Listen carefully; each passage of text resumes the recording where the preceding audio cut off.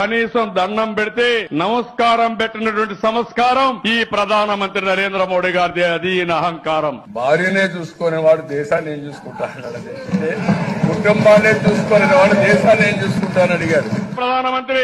నేనేదో వాచ్మ్యాన్ అంటాడు, ఈయన వాచ్మ్యాన్ కాదు, దగాకోరుగా తయారయ్యాడు. నరేంద్ర మోడీ కరుడుగట్టిన ఉగ్రవాది, మంచివాడు కాదు. నరేంద్ర మోడీ ఈ దేశం ఉండడానికి అర్హత లేదు. మనకు అన్యాయం చేసిన వ్యక్తి ఈ నరేంద్ర మోడీ. ఆంధ్రప్రదేశ్ రాష్ట్రంలో బీజేపీ లేదు, మనతో పొత్తు పెట్టుకున్నా గెలిచారు. వాళ్లతో పొత్తు పెట్టుకోకపోతే ఇంకో 5 సీట్లు ఎక్కువ వచ్చేటి మనకు. నాకంటే మొన్న వచ్చాడు రాజకీయాల్లోకి నరేంద్ర మోడీ, నా కథలు నేర్పిస్తున్నాడు. ముందే సిగ్గుంది ఆయనకు. సిగ్గు లజ్జ, ఒక స్థానం, ఏం గౌరవం లేని వ్యక్తి. గ్రామంలో ఉండే చిన్న కార్యకర్త ఈ నరేంద్ర మోడీ కంటే 1000 టైమ్స్ బెటర్ తమ్ముళ్ళు. అదే వాళ్ళ యొక్క స్తోమత.